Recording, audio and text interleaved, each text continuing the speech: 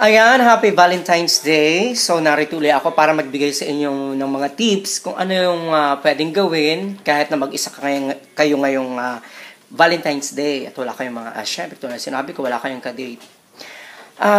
Kung wala kayong boyfriend dahil naghahanap kayo ng perfect match, merong apps naman dyan sa mga cellphone, yung virtual boyfriend saka girlfriend. Ang gwapo ng boyfriend ko. Oh, ayan, syempre pipili ka ngayon.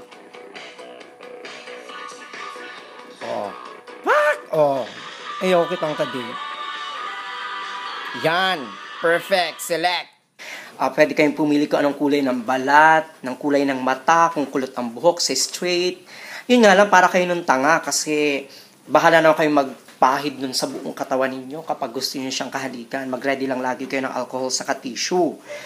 Pangalawa, pwede nyo naman kausapin ang sarili ninyo sa tulong ni Talking Tom. Yun nga lang, para rin kayo nung tanga kasi inuulit lang niya ang sasabihin niya sa inyo.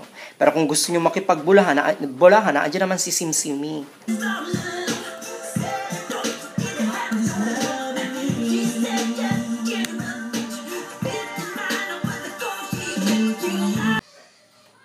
Katabi?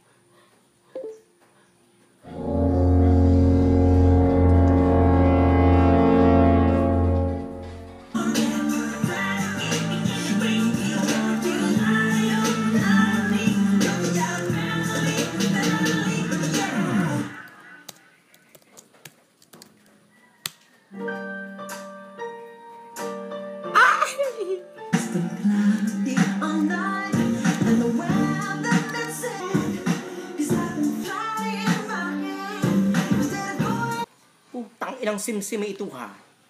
Ay, nakakautok kang hayop ka. Ay, isa pa.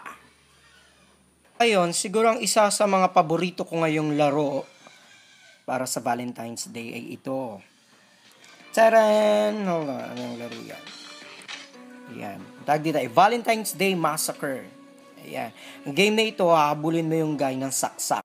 Ayan! Saksakin mo yung lalaki na yan. May kadate siya. Putangin na yan. Pamatay na yan. Yan. Pak!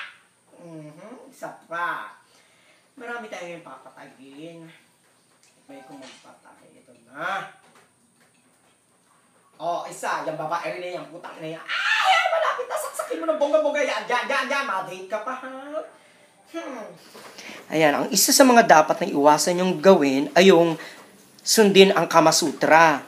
Kasi talagang ginagawa yun ng mag-partner.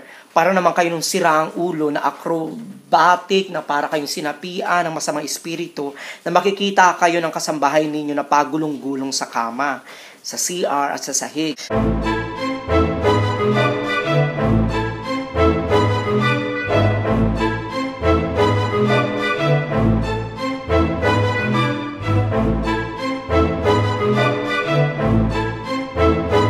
Yun, inuulit ko uli ha, yung bawal na bawal gawin yung Kama Sutra na mag-isa lang. Kasi hindi tayo mga gymnast. Oo, baka mabalian kayo ng mga buto, matatagpuan kayo ng magulang ninyo doon, nakataas ang dalawa ninyong paa habang yung mukha ninyo pinipilit abutin ang mga bagay na hindi dapat abutin ng mag-isa. Ayun, gawa kayo ng isa pang account o 3 account sa Facebook. I-message nyo ang sarili ninyo. Tapos replyan nyo din. Wala namang makakaalam nun. Yung may mga dual SIM, ganun rin. Magpa-load kayo parehong only text, only call din. I-text nyo yung cellphone nyo. Pagkatapos hintayin ninyo yung lagyan nyo ng timer kung anong oras ma-appear lahat ng mga messages. Pagkatapos hintayin yung dumating mga kaibigan ninyo para sabay-sabay madating yung message. Mukha kayong may ka-date. Pagkatapos kikiligin ka rin. Ganon. Sa mga tao na ayaw maisahan ng boyfriend mamayang gabi at mabuntis, siguraduhin lang na isusuot ninyo yung pinakaluma, tagip-tipin, butas-butas na panty ng nanay ninyo. Para syempre kapag naroon na, huhubaran na kayo ng boyfriend ninyo, mahihiya kayo na makita. Kagaraganda yung babae, pero ang panty nyo naman ay ubod ng yung dumi. Yon. Ayan. Gusto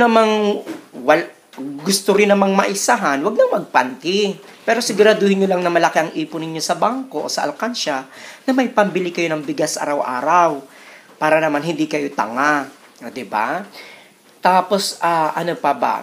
Sa mga nakasuot naman ngayon ng mga kupal t-shirt, kung talagang totoo nagmamahalan kayo, ipatahin nyo yan, yung magkadikit. Maglakad kayo sa buong Pilipinas na magkadikit talaga. Ganun kasi ang purpose ng damit na yun, di ba? Kupal t-shirt yun. Couple. Couple t-shirt. Kala ko naman kupal t-shirts. Sa mga naka-red naman na t-shirt ngayon, ay pagpatuloy nyo yan. Kasi masayang-masaya kayo naka-red. Oo, kahit sa birthday, naka-red kayo. Christmas, ganyan. Kapag namatay kayo, red rin. Ayun. Kaya nang bahala, araw-araw kayo red, mukha kayo mga hipon na sinangag. Yan. Pag magkasama-sama kayo doon. Sige, ganun. Ayan, so, dahil hindi tayo naka-receive ng mga bulaklak ngayon sa ka-chocolates, ipanalangin na lang natin na sana yung makaka-receive nito, mga allergic sila sa mga ganung bagay. Na pag kumain sila ng tsokolate, bigla-bigla magiging kamukha sila ni Michael Jackson. Di ba ang saya nun? Na kapag inamoy nila yung bulaklak, magiging kamukha sila ni Zoraida, o kaya ng aso, ganon. Kaya huwag kayong mamroblema, manalangin tayo ng sabay-sabay na habang merong sindi, yung kandilang itim na binili natin doon sa kapitbahay nating mangkukulam. Ayan, so kaya dapat pinaghahandaan rin natin to kung tutuusin tayong mga single at walang kadate ngayon, matagal pa, mas pinaghahandaan natin ito na tayo yung magsabit na tayo ng mga pampamalas doon sa bahay ng mga alam nating may date. Ayan, oo, pwede yun. Pagkatapos, lagi tayo nasa tapat ng pintuan, umagang-umaga pa lang, para yung sa mga naka-aura na, yung mga ready na sinusundo ng bowa, uunahan na natin kaagad sila, sabihin natin, ay, nahuli na sila sa libing. Nailibing na kahapon pa yung jowa nila. Ayan, so, yung huli kong sasabihin, isa sa mga paborito kong kasabihan, na kung walang kadate, at walang mangyayari ngayong gabi, maglugaw na lang. May itlog rin yun, pwede mong gawing 3, 4, depende kung hablo ka sa itlog, takaw ka sa sugok.